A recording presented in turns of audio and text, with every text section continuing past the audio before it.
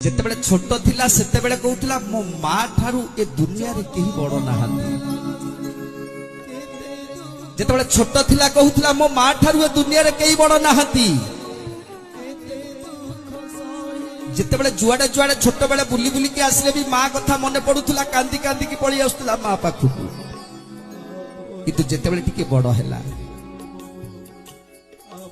ହେଲା ଚାକିରି ବାକିରି କଲା, ମା ବିଭାଘର କରିଦେଲା, ପୁଅର ବିଭାଘର କରିଦେଲା। ଯେତେବେଳେ ବିଭାଘର ହେଇ ସାରିଲା, ସ୍ତ୍ରୀଟିଏ ଯେତେବେଳେ ଆସିଲା, ସେତେବେଳେ ସ୍ତ୍ରୀ କହିଲା ତମ ମା ସବୁବେଳେ ମୋ ସହିତ ଝଗଡା କରୁଛନ୍ତି। ତେଣୁ ପୁଅ ଆଉ ଚିନ୍ତା କଲାନି।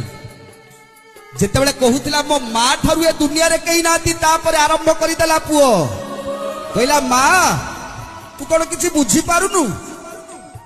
ତାପରେ କହିଲା ମୋ ମା ଠାରୁ ଅଜ୍ଞାନୀ ମଣିଷ କେହି ନାହାନ୍ତି, ତୁ କାହିଁକି ବ୍ୟସ୍ତ ହଉଛୁ?